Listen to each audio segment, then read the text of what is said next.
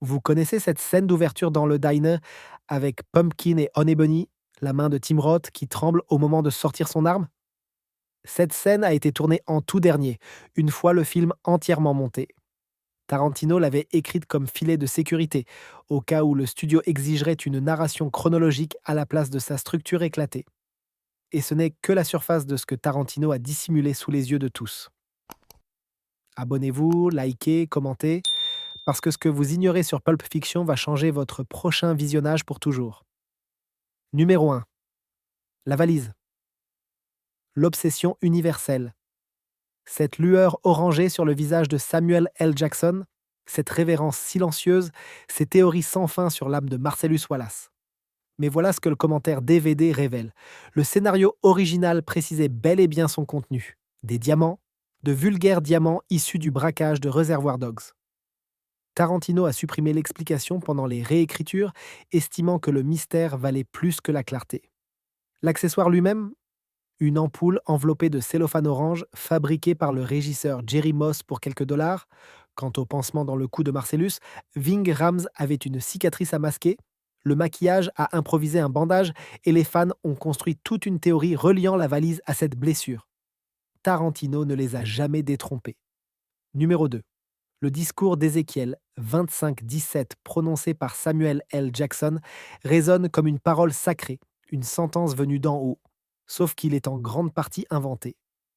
Le verset biblique réel tient en une seule phrase. Tarantino a étoffé le texte en pillant l'introduction d'un film de Sonny Chiba de 1973 de Bodyguard, où un passage similaire apparaît.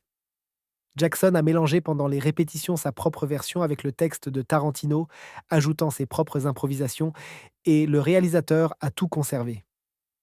Regardez le visage de Jackson dans le miroir de la salle de bain lors de la scène de l'appartement. Pendant une fraction de seconde, il semble sortir du personnage, peut-être conscient d'avoir dévié du script. Les archives de la Margaret Eric Library recensent 3 versions différentes du discours. La performance de Jackson est devenue si mythique que des gens citent aujourd'hui de fausses écritures comme si elles étaient réelles. Numéro 3. Le concours de twist chez Jack Rabbit Slims donne l'impression d'une seule séquence fluide et continue. Mais regardez le trophée posé sur leur table. Il apparaît, disparaît, réapparaît d'une coupe à l'autre parce que la scène a été tournée sur 3 jours distincts avec des configurations de caméras différentes. La coordinatrice de script, Angela Allen, a noté dans ses carnets que l'équipe de production peinait à raccorder l'éclairage et les accessoires entre les prises. Uma Thurman s'est tordu la cheville lors d'un tournage. Dans la scène du parking qui suit immédiatement, elle boite légèrement. Tarantino a refusé les doublures professionnelles malgré la pression du producteur Lawrence Bender, affirmant que la maladresse naturelle des personnages était précisément ce qui rendait la scène vivante. Thurman a elle-même confié dans une interview de 1995 qu'elle se sentait totalement dépourvue de grâce durant le tournage, ce qui était exactement le bon état d'esprit. Numéro 4. La mort accidentelle de Marvin, une balle en plein visage, est le moment le plus brutal du film. Et cette scène n'existait pas dans le scénario d'origine. Tarantino l'a ajoutée en 3e semaine de tournage à Glendale, estimant que la séquence du loup avait besoin d'un déclencheur. Roger Avery, co-auteur de l'histoire, a confirmé en interview que l'intégralité de cette séquence était une addition tardive. La réplique de John Travolta après le coup de feu, cette profanation horrifiée et presque nonchalante, était une improvisation de première prise. Tarantino l'a gardée parce qu'elle sonnait plus juste que n'importe quel dialogue écrit. L'habitacle de la voiture a dû être reconstruit 4 fois pour les différentes prises du giclage de sang. Une Chevy Nova blanche de 1974 détruite, puis 3 autres modèles identiques récupérés dans des casses de la vallée. Numéro 5. Le personnage encagoulé dans le sous-sol du prêteur sur gage était joué par Steven Hebert, un cascadeur qui a intenté une action en justice contre la production pour des questions de crédit à l'écran et de paiement de résidus. Le procès s'est réglé à l'amiable en 1996 autour de la question de savoir si son rôle bénéficiait des protections SAG. Le masque en cuir, lui, avait été emprunté à un vrai club de Los Angeles sur Santa Monica Boulevard. La costumière Betsy Hyman l'a confirmé dans une interview de 1997, évoquant des défis d'approvisionnement particulièrement inhabituels pour cette séquence. Le studio a failli supprimer l'intégralité de la scène d'agression dans le sous-sol quand la MPAA a brandi la menace d'une classification NC-17. La réponse de Tarantino, consignée dans les mémos internes de Miramax, a été de menacer de sortir le film sans classification, ce qui aurait violé les accords de distribution avec les salles de cinéma à l'échelle nationale. Numéro 6. Le monologue de Christopher Walken sur la montre dure plus de 7 minutes et a été tourné en une seule prise au Hollywood Center Studio. D'après la script superviseur Anna Maria Quintana, Walken a refusé catégoriquement une seconde tentative, disant simplement à Tarantino: je vous ai donné ce que j'avais. L'intégralité du monologue a été écrite spécifiquement après que Walken a été casté. Des versions antérieures du script montraient un autre acteur raconter l'histoire de la montre dans une scène beaucoup plus courte. En regardant attentivement, la montre elle-même change entre les gros plans sur Walken et les contre-champs sur le jeune Butch. C'est un accessoire différent, une erreur de continuité que Tarantino a conservé délibérément parce qu'il préférait les prises de Walken à toute cohérence chronologique. La formule sur le métal inconfortable dans l'estomac était une improvisation de Walken absente du script de tournage. Numéro 7. La scène de l'injection d'adrénaline viole les protocoles médicaux à un degré tel que le consultant médical de la production, le docteur Neil Ratner, a affirmé que cette technique tuerait réellement le patient. Tarantino s'en moquait. Comme il l'a reconnu dans le commentaire de la collection Criterion, ça avait l'air cool et je ne tourne pas un film pédagogique. Les cris d'Uma Thurman n'étaient pas entièrement du jeu. L'aiguille utilisée avait été émoussée par sécurité, mais la force avec laquelle John Travolta l'a enfoncée de haut en bas était bien réelle. Et Thurman a déclaré en interview qu'elle n'était pas préparée à une telle brutalité. Toute la séquence a été tournée à rebours dans les locaux de production de Glendale, puis inversée au montage. Travolta retirait en réalité l'aiguille pendant que Thurman inspirait brusquement. L'éditrice Sally Menke a ensuite retourné les images. Regardez attentivement les mouvements respiratoires de Thurman. Ils ne correspondent pas à une physiologie normale. Numéro 8. Winston Wolfe n'existait pas dans le scénario original de Roger Avary. Le personnage incarné par Harvey Keitel a été entièrement créé en pré-production, après que Tarantino a croisé Keitel lors d'une soirée hollywoodienne organisée par Michael Madsen et lui a pitché le rôle sur le champ. D'après les plannings de production archivés à UCLA, Tarantino a écrit les scènes du loup en 3 jours pour s'adapter au calendrier de Keitel. La voiture que conduit le loup est le NSX Acura 1992 personnel de Tarantino, immatriculation visible dans plusieurs plans tournés près de Toluca Lake. Toutes les scènes de Keitel ont été filmées en 2 jours à cause d'un conflit avec un autre tournage. Keitel a confié dans une interview de 1995 qu'il n'avait jamais lu le scénario en entier, seulement ses propres scènes, et qu'il n'avait compris comment elles s'imbriquaient qu'en voyant le film terminé. Numéro 9. Le film boucle sur lui-même, n'est-ce pas? Regardez les 2 scènes du dîner côte à côte avec attention. Les dialogues sont différents. La séquence finale contient des répliques absentes de la version d'ouverture et les angles de caméra révèlent des figurants de fond entièrement différents.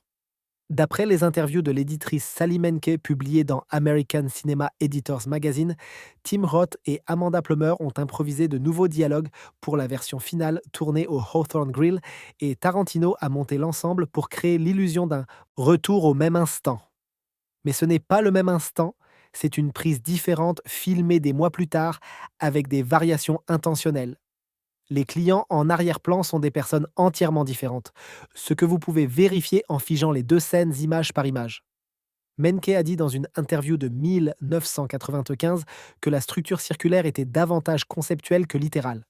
Numéro 10. Le costume noir iconique de Vincent Vega n'a pas été acheté par le département Costumes. C'est le propre costume de John Travolta, qu'il portait à l'époque de Saturday Night Fever dans les années 80. La costumière Betsy Hyman a confirmé dans plusieurs interviews que le budget de Pulp Fiction était si serré que les acteurs fournissaient une grande partie de leur propre garde-robe. Travolta a apporté plusieurs costumes depuis sa maison en Floride et Tarantino a choisi le noir lors des essayages au Culver Studio. En regardant attentivement, la veste tire visiblement sur les épaules dans certaines scènes. Travolta avait pris du poids depuis les années 80. La perruque Jerry Curl de Jules, à l'inverse, a coûté plus cher que l'ensemble de la tenue de Vincent. Hyman a précisé que la perruque seule a absorbé une part significative du budget coiffure et maquillage. Numéro 11. Le montage original de Tarantino durait 3h20. Miramax a exigé des coupes substantielles pour atteindre une durée exploitable, déclenchant un conflit public entre Tarantino et Harvey Weinstein, documenté dans Variety et The Hollywood Reporter. Une scène supprimée majeure montrait le pilote raté de Mia Wallace, Fox Force 5, dans son intégralité, expliquant pourquoi elle est si déprimée et dépendante. C'est une actrice en échec mariée à un gangster. Une autre séquence coupée montrait Vincent acheter de l'héroïne chez Lance, ce qui expliquait ses allers-retours constants aux toilettes et annonçait sa constipation. Les scènes supprimées du DVD incluent aussi une conversation beaucoup plus longue entre Butch et Esmeralda, la chauffeuse de taxi, sur ce qu'on ressent après avoir tué quelqu'un. Sally Menke a noté en interview que certaines coupes amélioraient dans le rythme, tandis que d'autres érodaient des éléments de caractérisation essentiels. Numéro 12. Vincent Vega meurt en sortant des toilettes. 3 des moments les plus décisifs du film se produisent dans ou autour de salles de bain. Vincent dans les toilettes de l'appartement au moment où Jules vit son intervention divine. Vincent dans la salle de bain de Mia pendant qu'elle fait une overdose. Vincent dans les toilettes de Butch au moment où Butch l'abat. Dans une séance de questions-réponses au Festival de Cannes en 1994, Tarantino a reconnu que ce motif était d'abord involontaire avant de devenir délibéré lors des sessions de montage avec Sally Menke. Regardez les portes de salle de bain en arrière-plan dans d'autres scènes tournées à divers endroits de Los Angeles. Elles apparaissent bien plus souvent que nécessaire. D'après le commentaire DVD, Tarantino a ajouté des références aux salles de bain en dialogue ADR pendant la post-production chez Skywalker Sound, renforçant ce fil conducteur souterrain. Numéro 13. La scène du tir accidentel sur Marvin a utilisé une quantité de faux sang record pour 1993. L'équipe des effets spéciaux a mis au point une formule sur mesure à base de sirop de maïs, de colorants alimentaires et de viande hachée crue pour la texture. D'après les interviews du superviseur des effets spéciaux, Robert Kurtzman, l'intérieur de la voiture était dans un état irrécupérable après chaque prise. La production a acheté 3 Chevy Nova blanches de 1974 spécifiquement pour les différentes prises de l'explosion de tête tournée à Glendale.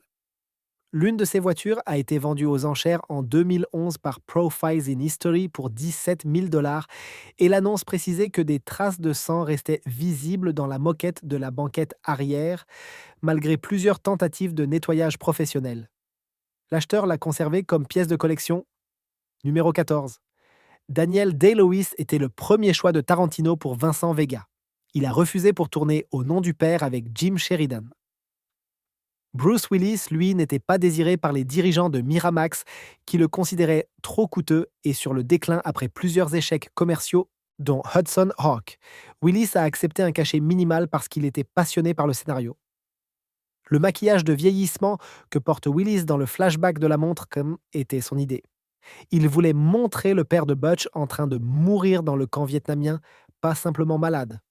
Michael Madsen s'était vu proposer le rôle de Jules, qu'il a décliné pour rejoindre le casting de Wyatt Earp de Kevin Costner. Une décision qu'il a qualifiée dans de nombreuses interviews de plus grands regrets de sa carrière. Numéro 15. La mère de Tarantino apparaît en arrière-plan dans le film. Connie Zastupil, la mère du réalisateur, fait une apparition non créditée dans la séquence de Jack Rabbit Slims visible parmi les clients qui regardent le concours de Twist. D'après les notes brillantes de production du tournage au Hollywood Center Studio, elle était venue visiter le plateau et Tarantino l'a placée dans une des banquettes en arrière-plan lors du tournage de la scène de danse, étalée sur 3 jours distincts. La costumière Betsy Hyman a mentionné en interview que plusieurs figurants de Jack Rabbit Slims étaient des amis et membres de la famille de l'équipe en raison des contraintes budgétaires. Le rôle était entièrement muet, ne nécessitant aucun document SAG, ce qui explique qu'il soit resté non documenté jusqu'à ce que des membres de l'équipe l'évoquent dans des interviews ultérieures. Numéro 16. Miramax ne voulait pas que Pulp Fiction soit présenté au Festival de Cannes. Le film n'était pas terminé. Il disposait d'un mixage son provisoire et d'un étalonnage inachevé. Tarantino a fait parvenir une copie de travail au comité de sélection contre les instructions du studio. D'après les archives du festival et les propres interviews de Tarantino avec Thierry Frémaux, la version qui a remporté la Palme d'Or était techniquement incomplète. Des images bootleg de la projection au Palais des Festivals disponibles sur des sites de collectionneurs montrent un étalonnage notablement différent de la version en salle. Les scènes du dîner sont plus chaudes, la séquence de l'appartement plus sombre. Les dirigeants de Miramax étaient, paraît-il, furieux que Tarantino ait soumis le film sans autorisation. Mais la Palme a transformé les perspectives commerciales du projet et cette victoire a donné à Tarantino le levier nécessaire pour résister aux nouvelles demandes de coupe. Numéro 17. La structure non linéaire n'était pas le plan original de Tarantino. C'est Sally Menke qui l'a suggéré après avoir regardé les rushs assemblés dans l'ordre chronologique dans la salle de montage de Santa Monica. Tarantino a d'abord résisté, préférant la ligne droite temporelle, mais a accepté de tester les deux versions auprès de spectateurs tests recrutés par le National Research Group, selon des fiches de projection conservées à la Margaret Herrick Library. La version chronologique a obtenu 42% d'approbation. La version à la chronologie brisée, 94%. L'écart était si radical que Tarantino a restructuré l'intégralité du film au montage. Les numéros de scène dans les drafts de script suivent encore l'ordre linéaire. La scène de l'appartement était à l'origine l'ouverture et la scène du dîner devait être une parenthèse en milieu de film. Menke a précisé que réorganiser la chronologie a nécessité de refaire entièrement la partition musicale. Numéro 18. Les droits de Girl You'll Be a Woman Soon ont englouti la quasi-totalité du budget musical. La reprise par Urge Overkill était bien moins coûteuse que la licence de l'enregistrement original de Neil Diamond.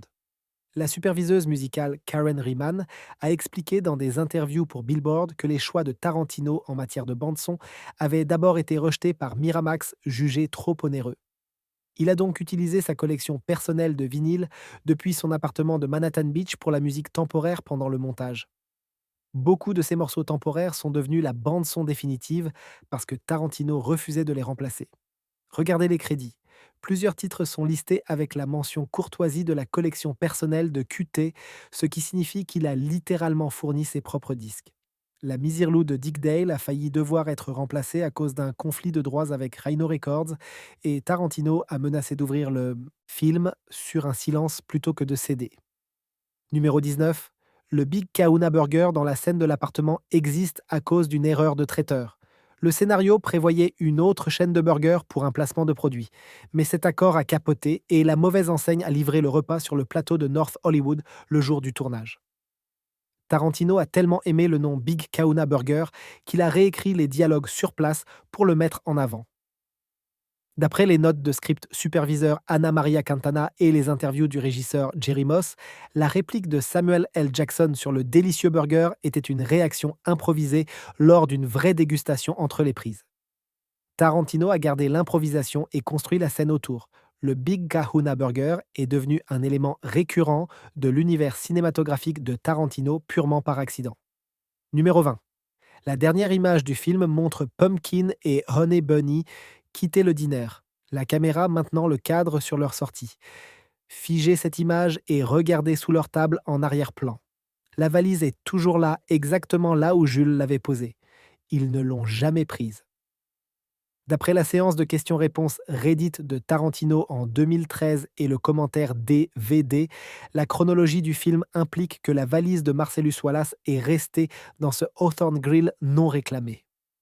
Tarantino a laissé entendre que des références à une valise disparue apparaissent en filigrane dans les dialogues de Jackie Brown, Kill Bill et Inglourious Basterds, tissant une mythologie à travers toute son œuvre.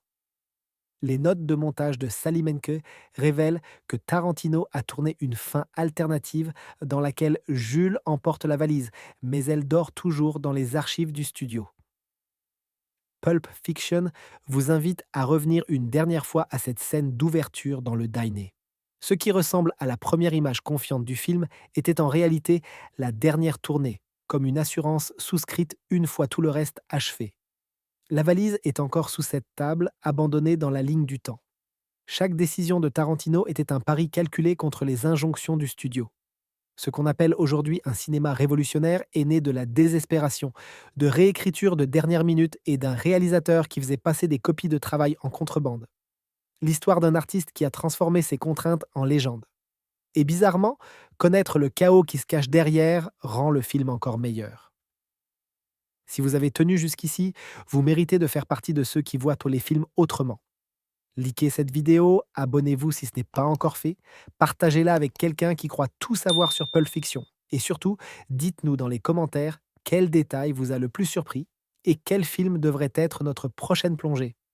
On lit tout, on réfléchit à tout, et votre proposition pourrait bien devenir notre prochain épisode.